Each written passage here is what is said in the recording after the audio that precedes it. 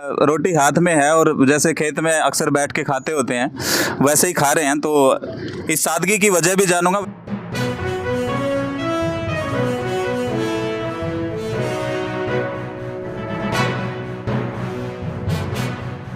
और जो प्रकृति ने दिया वैसे ही रहो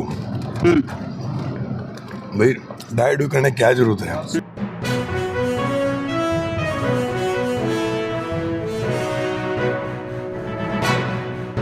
हाँ, कोई ना कोई आदमी अभी टाइम कम है तो हाथ में रोटी खा लो, क्या फर्क पड़ता है। सब्जी लाओ गाड़ी में चल के अचार के साथ, ठीक है।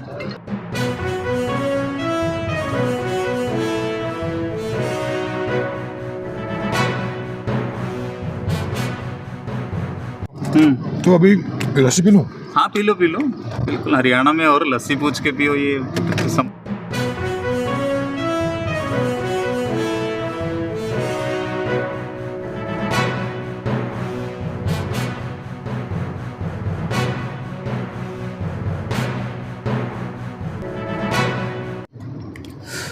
दोस्तों नमस्कार। प्रथम गूंज देख रहे हैं आप। मैं हूं आपका दोस्त त्रिदेव और इस वक्त बवानीखेड़ा हलके के गांव का दौरा कर रहे हैं। प्रदीप नरवाल जी हमारे साथ मौजूद हैं, कांग्रेस के प्रत्याशी हैं, काफ़ी चर्चाओं में रहे, काफ़ी सुर्खियों में रहे। जानते हैं उनके बारे में। पहला सवाल तो यही कि बाहरी जो बात हो रही है, मैं ये जानना चाहूँगा नरवाल कौन है, फैमिली के बारे में बताएँ, अपनी पढ़ाई लिखाई के बारे में बताएँ। देखिए, मेरा गाँव कथूरा है जी, मेरी जन्मभूमि। यहाँ से 40 किलोमीटर दूर जी। और जहाँ मैं बैठा हूँ वहाँ पूरी जनता ने आशीर्वाद दे दिया। ये मेरी कर्म भूमि है जी। और यहाँ मैं अपने कर्म के नाम पे वोट मांगूंगा। देखिए, प्यार देखिए लोगों का, उत्साह, प्यार, स्नेह जो माताओं का मुझे मिला है, भाइयों का मुझे मिला है, आशीर्वाद मिला बड़ों का। हल्के के लिए काम करेंगे, आगे बढ़ेंगे और जो भी मुद्दे हैं उनकी राजनीति करेंगे और उनकी राजनीति पे और हरियाणा का जो भाईचारा वो बना के रखेंगे। और बड़ों ने जो मुझे आशीर्वाद दिया है वो मेरे लिए वाकई में एक आशीर्वाद के साथ साथ एक जिम्मेदारी भी है जी। क्योंकि उम्मीदों पे मैं खरा उतरूँ तो मैं भविष्य में पूरी कोशिश करूंगा और उतरूंगा। नरवाल जी, आपको प्रियंका गांधी का करीबी कहकर लोग बुलाते हैं, तो मैं जानना चाहूँगा प्रियंका गांधी राहुल गांधी से आपकी करीबी कब से है, कब से आप उनसे जुड़े और कौन सा वाकया था जहाँ से आप जुड़ गए उनके साथ? देखिए, कांग्रेस हालांकि कमान से हर कार्यकर्ता एक करीबी है, सिर्फ मेरी थोड़ा है। सभी लोग पार्टी के सम्मानित नेता, सबके नेता हैं। और राहुल जी, प्रियंका जी, भूपेंद्र सिंह हुड्डा जी, मेरे बड़े भाई दीपेंद्र सिंह हुड्डा जी, उस आशीर्वाद के बल पे आज मैं इस मैदान में कूदा हूँ। अच्छा।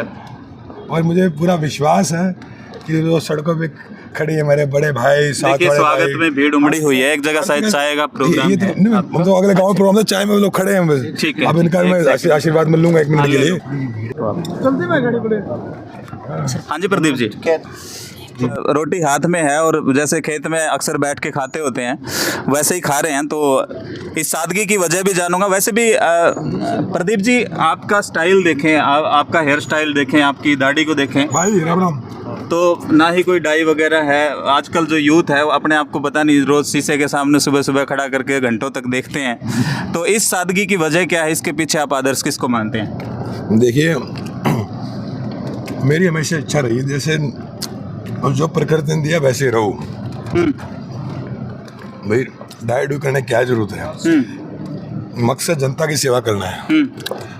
मोदी जी तो जिस तरह कुछ लोग होते हैं अपने पर बहुत ध्यान देते हैं जी। जो इंसान आत्म मुक्त होता है अपने पर बहुत ध्यान देता है, जनता पे नहीं दे पाता हो जी। तो विचारधारा वाले लोग हैं, सोशलिस्ट लोग हैं और समाज में बराबरी और एकता को मानने वाले लोग हैं। तो वही विचार है और उसी तरह लोग चलते हैं। साथ की बात कुछ नहीं। अभी कोई ना कोई आदमी अभी टाइम कम है तो हाथ में रोटी खा लो, क्या फर्क पड़ता है। सब्जी लाओ गाड़ी में चल के अचार के साथ, ठीक है। अच्छा, थोड़ा रूटीन बता दीजिए, क्योंकि हमें बता रहे थे कि आप 5 बजे सुबह सो पाते हैं। तो जब उठने का टाइम होता है जब तो आप सो पाते हैं, तो कितने बजे उठते हैं? सच है क्या ये बात? अभी पहले 3 दिन थे, थोड़ा मैनेजमेंट का इश्यू था, तो अभी लस्सी पी लूं? हाँ पी लो बिल्कुल। हरियाणा में और लस्सी पूछ के पियो, ये संभव।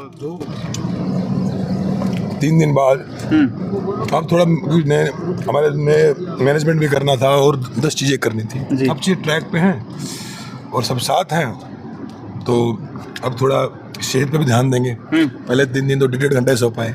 परंतु मैं एक बात कहना चाहता हूँ, मुख्य बात है बवानी खेड़ा मेरी कर्म भूमि है। इस हल्के को नंबर 1 बवानी खेड़ा बनाएंगे पूरे हरियाणा में अगले 5 साल में। उसके लिए प्लान तैयार करूंगा। अच्छा भाई साहब, ये बाहरी जो है ना, ओम प्रकाश चौटाला की बात करके बॉर्डर से थे, पंजाब एरिया से आते हैं लगभग, चौटाला गांव सिरसा एरिया में पड़ता है, वो यहाँ से लड़ते रहे। भजन लाल जी काफ़ी जगह से लड़े। बाहरी जो हैं कैंडिडेट, कोई पहली बार आप नहीं है कि आप किसी दूसरे डिस्ट्रिक्ट से आ गए, आपने चुनाव फाइट कर लिया। हमारे यहाँ से तो मुख्यमंत्री भी बाहर जाके बने हैं। अरविंद केजरीवाल की बात करूँ तो भिवानी से ही आते हैं। इसके अलावा नैना चौटाला आजकल भी बड़ेड़ा से विधायक हैं। तो आपको बाहरी कह के मतलब ये कुछ साजिश है, ये क्या है मतलब? देखिए, जब किसी के पास कुछ कहने को बसता नहीं तो भारी बसता है शब्द। और भवानी खेड़ा मेरी कर्म भूमि होगी जी। और कर्म भूमि में वोट बड़ी जिम्मेदारी से मांगे जाते हैं कि वोट या वे कर्मों पे पड़ेंगे। तो मैं ऐसे कर्म करूंगा हमेशा जिससे भवानी खेड़ा का नाम ऊंचा होगा, रोशन होगा, जिससे भवानी खेड़ा आगे जाएगा। जहाँ अब मैं यहाँ इस क्षेत्र में आया तो सुंदर नहर का बड़ा मुद्दा है कि लोगों को पानी नहीं मिल पा रहा सिंचाई के लिए। तो कोशिश करूंगा सरकार आते पहला काम हो सुंदर नहर का जो मुद्दा है वो सॉल्व हो और लोगों को पानी मिले। पढ़ाई लिखाई सिर्फ ये चीज़ सीखी है कि जनता के काम करो, जनता के मुद्दे उठाओ जी। और जनता, इस देश की जनता से साफ दिल की जनता मुझे लगता कहीं होगी। बिल्कुल। मैं भवानी खेड़ा आया, तीसरे दिन मेरे कैंपेन का है। सारे मेरे सारे सरदारी गांव के सारे भाई, सारी ताइयाँ चाचियाँ, मतलब सारे भाई मेरे युवा साथी कंधे उठाए घूम रहे हैं, सिर पे आशीर्वाद दे रहे हैं। बिल्कुल। तो इतना साफ दिल के लोग कहाँ मिलेंगे? और मैं इनके साथ धोखा करूँ तो मेरे से बड़ा पापी कोई नहीं। तो बस जीवन में ये मकसद, जितना ये लोग मुझे प्यार दे रहे हैं, जितना मुझे भवानी खेड़ा का प्यार मिल रहा है, उसको संभाल के रखूं। बड़ी जिम्मेदारी, बड़ी चीज़ें, किसी का प्यार मिलना, आशीर्वाद मिलना, इसलिए से आशीर्वाद को बढ़ाए रखूं। और मैं बात सुनिश्चित करता हूं कि पूरी ताकत से लड़ता रहूंगा और भवानी खेड़ा को हरियाणा नंबर 1 भवानी खेड़ा बनाऊंगा। अच्छा, बात करें भवानी खेड़ा की तो इस तरह के वायदे कर है ना, पहले भी आपसे खूब जाते रहे और अमर सिंह धानक से लेके आज तक जगन्नाथ भी मंत्री रहे, काफ़ी बड़े बड़े दिग्गज नेता यहाँ से दिए हैं भवानी खेड़ा ने। लेकिन भवानी खेड़ा जहाँ 25 साल पहले था आज भी वहीं खड़ा है। तो आप क्या नया मैसेज दे रहे हैं, क्या नई उम्मीद भवानी खेड़ा को दे रहे हैं? भवानी खेड़ा में देखिए बड़ा पिछड़ा हुआ इलाका रह गया है सरकार के अनदेखी के चलते भी। 10 साल भाजपा सरकार रही, विधायक भवानी खेड़ा से रहे और भी की चीज़ें रही। लेकिन बात है कि जो लोग चुने जा रहे हैं और भाजपा सरकार ने जो किया है पिछले 10 साल में जी, रोक दिया भवानी खेड़ा को एक जगह। अच्छा। पूरे विकास को रोक दिया, इस विकास की पूरी गति को रोक दिया। और मैं सरकार आने पे एक बात सुनिश्चित करूंगा, मेरा भवानी खेड़ा नंबर 1 हो, तभी मेरी इज्जत बचेगी। जिस जिम्मेदारी से मुझे टिकट दी गई, जिस जिम्मेदारी से लोग मुझे प्यार कर रहे हैं, जिस जिम्मेदारी से वोट मांग रहा हूँ, ये मेरी जिम्मेदारी उसी दिन पूरी होगी जिस दिन भवानी खेड़ा के लिए मैं काम कर पाऊंगा, जिस दिन मैं लोगों की इच्छाएं पूरी कर पाऊंगा। और लोग बहुत कुछ मांग नहीं रहे हैं कि आप इच्छाएं नहीं करोगे। पानी की समस्या है, सरकार को करनी चाहिए सुंदर नहर की समस्या सॉल्व। कोई बहुत ऐसा नहीं कुछ हो जाए, कोई नाजायज मांग थोड़ा किसी की, सबकी जायज मांग है। पानी की मांग तो बड़ी जायज मांग है, करेंगे हम सॉल्व। तो ये भवानी खेड़ा का पूरा स्वरूप है। और जो युवा साथी हैं कोशिश करेंगे सबको रोजगार मिले। हमारा बुढ़ापा पेंशन दे रहे हैं 6,000 रुपये, उससे भी लोगों के जीवन में तब्दीली आएगी, बदलेगी चीज़ें। और दीपेंद्र हुड्डा जी एक विजनरी लीडर हैं, उनके नेतृत्व में अच्छा हरियाणा चलेगा। वो युवा को समझते हैं, गरीब का दर्द समझते हैं, किसान का दर्द समझते हैं, कमेरे का दर्द समझते हैं। और नया हरियाणा बन रहा है।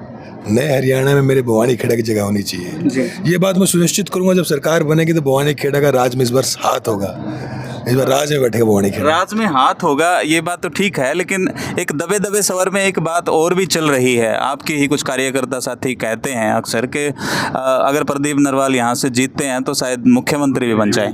ये इस बात में, ये मेरे कार्यकर्ता दुश्मन लोग कहते हैं, दुश्मन कहते हैं। अच्छा, दुश्मन कहते हैं। बिना बात की जो मजाक वाली बात की करते वाली बात है। अच्छा, तो मंत्री बनना तो तय मानना चाहिए? मंत्री भी नहीं, मंत्री भी क्यों बनना तय मानना चाहिए? बिल्कुल नहीं। ये तो बात आप भी इशारों में कहते हैं कि विधायक बनना मेरा मकसद नहीं है। बिल्कुल नहीं, मैं आज भी कह रहा हूँ मैं जी। देखिए, मुझे टिकट कांग्रेस पार्टी आला कमान और हम बार चौधरी भूपेंद्र सिंह हुड्डा, बड़े भाई दीपेंद्र सिंह हुड्डा, जिनकी उंगली पकड़ के स्टेट में चला हूँ, उनके आशीर्वाद से मैं खड़ा हूँ। आने वाली सरकार हुड्डा साहब के नेतृत्व में सरकार होगी और उनके इतना प्यार है मुझसे, मुझे पता है कि कोई भी काम मेरा मना नहीं करेंगे। इसलिए मैं कहता हूँ बात, किसी भी सरकार में मंत्री पहले भी देख ली क्षेत्र ने, मंत्री बनने से कुछ नहीं होता है। सरकार में कितनी आपका सम्मान है, कितने आपका क्षेत्र का सम्मान करा पाओगे, उससे बातें बदलती हैं, उससे बातें बढ़ती हैं। क्यों सरपंच साहब हैं? सरपंच साहब बैठे से पूछो कि क्षेत्र में आप मंत्री बन के मांग रहे हो ठेके अपने लिए, मांग रहे हो माइनिंग के ठेके अपने लिए, तो क्या फायदा? बात अब मंत्री बन के मांगोगे क्या? थोड़ा सा लोग कर लो भाई। हाँ जी, मंत्री बन के भाई जो यह बाहर की बात चल रही ना, बाहर का बुआनी खेड़ा लक्का का काम का विधायक था 10 साल तक। हाँ, आज तक ऑफिस भी कहाँ उसका ऑफिस? जी, किस गांव में गया हो, किसके सुख दुख में गया, मेरे से लगा लो, आज तक कॉल नहीं उठाई मेरी। गांव में क्या नहीं दिक्कत होती, कुछ भी दिक्कत हो जाए सरपंच किसके पास जाएगा? या तो SHO के पास या विधायक के पास। SHO को तो गांव में बुला लेते हैं, जनता चाहती है हमारा विकास भी हो, विधायक हमारे इग्नोर करेगा, उससे तो अच्छा हमारा भाई पढ़ा लिखा भाई है। प्रदीप जी, स्टार प्रचारक के तौर पे आप किसको बुला रहे हैं अगर भवानी खेड़ा की बात करें? मेरे प्रचार की शुरुआत हरियाणा के लोकप्रिय नेता मेरे बड़े भाई दीपेंद्र हुड्डा जी करने जा रहे हैं 18 तारीख को। अच्छा। और वो पूरी ताकत से प्रचार करेंगे और मेरे प्रचार की शुरुआत करेंगे, जीत की शुरुआत वो करने जा रहे हैं। अच्छा जी। तो वो 18 तारीख को करने जा रहे हैं मेरे प्रचार की शुरुआत। उसके बाद सचिन पायलट जी, भंवर जितेंद्र जी और हम सबकी माननीय नेता, मेरी नेता, हम सबकी नेता प्रियंका गांधी जी, सबसे मैंने रिक्वेस्ट की कि वो आके हमारे लिए प्रचार करें। जिसके पास समय होगा हल्के में जरूर आएंगे। अच्छा, बात करें आपकी कोई ज़िंदगी का कोई सीक्रेट जो लोगों को नहीं पता, जो आज तक किसी को नहीं पता, जो मीडिया को नहीं पता? खुली किताब सड़कों पे चल रही है, क्या ही सीक्रेट होगा? अच्छा, बात करें आज तक जो भी की राजनीति करता हूँ जी, मेरे जीवन में सीक्रेटों की जगह नहीं है। अच्छा, बात करें आज तक जितने भी मुख्यमंत्री रहे उनमें ब्राह्मण रहे, बनिया रहे, मतलब हर एक कास्ट लगभग रहे। बात करें दलितों की, तो दलित आज तक कोई मुख्यमंत्री नहीं बन पाया हरियाणा में। आप क्या सोचते हैं? पर्सनल राय जानना चाहूँगा मैं। देखिए, वो परिस्थिति पे निर्भर होता है। अच्छा। हालात पे निर्भर होती है हर चीज़। राजनीति पे, उसमें राजनीति पे निर्भर होती है। हरियाणा में आज जो माहौल है, जो संघर्ष हरियाणा में हुआ है पिछले 10 साल में, मेरा माने जब समय आएगा हर चीज़ का समय आता है जी।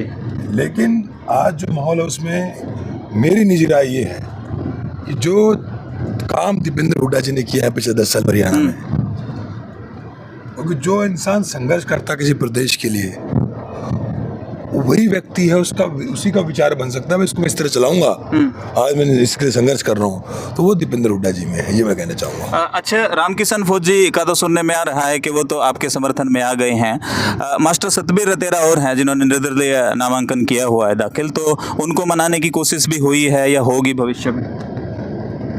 सारे कांग्रेस एक हो चुके हैं जी, सारी कांग्रेस मेरे साथ है, यही बात है बस, सारी कांग्रेस मेरे साथ है। अच्छा, अपना आइडल किसको मानते हैं आप अगर लाइफ की बात करें तो?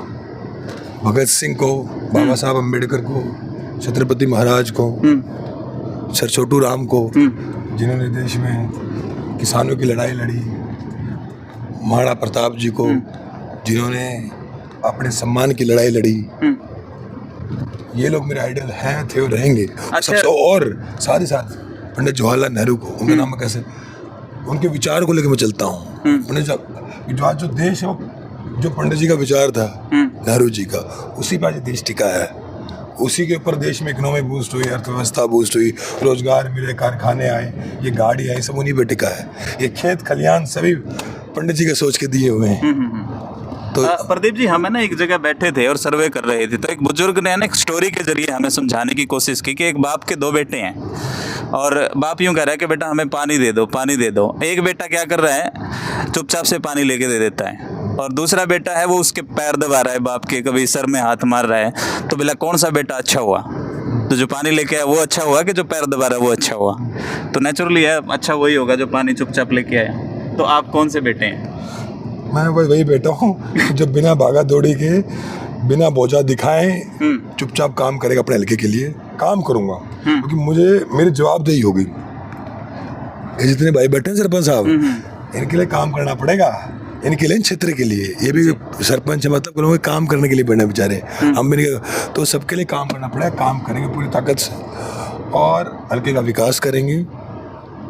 बिना शोर शराबे का विकास करेंगे। ये नहीं कि वो गाड़ बना दी, तख्ती ला दी, मैंने 4 ईंट लगा दी, वो काम नहीं करना है। जिससे हल्के में फ़र्क पड़ता है, जैसे सुंदर नहर का जो मुद्दा है ना, हल्के में बड़ा मुद्दा है, लोगों के जीवन जुड़े इससे, इसके लिए लड़ाई लड़ेंगे।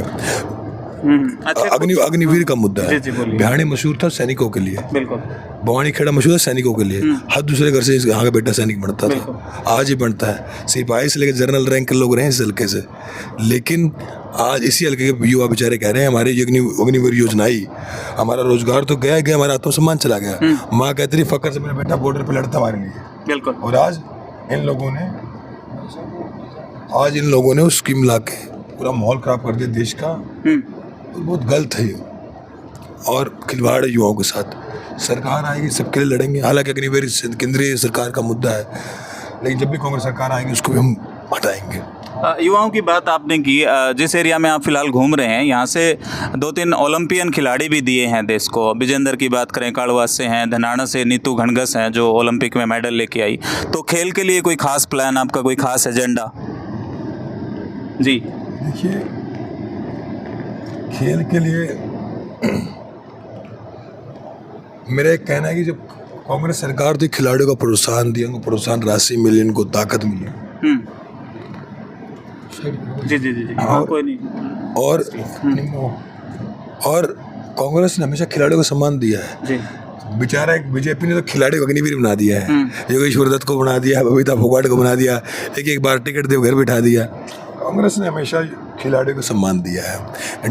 योगेश्वर दत्त भाई को तो हुड्डा साहब ने डीएसपी बनाया था, बीजेपी ने घर बिठा दिया है। तो ये कांग्रेस सम्मान देती है। चलिए, लोग आपका वेट कर रहे हैं गर्म जोशी से स्वागत के लिए। बीजेपी अंत में जो भवानी खेड़ा के जो लोग आपको देख रहे हैं उनके लिए एक छोटा सा प्यारा सा, और ये रतेरा गांव के लोग हैं, ये ध्यान रखना। जी बिल्कुल। रतेरा गांव के लोग सब समर्थन कर रहे हैं। हल्के का प्यार जो बना है, कभी हल्के की पगड़ी नीचे नहीं होने देंगे। सर माथे पर रखेंगे, जो सम्मान मिल रहा है युवाओं से, साथियों से, सर माथे पे यहाँ का सम्मान, यहाँ की इज्जत, और हमेशा हल्के को आगे लेके जाऊंगा, दिल में रखेंगे भवानी खेड़ा को।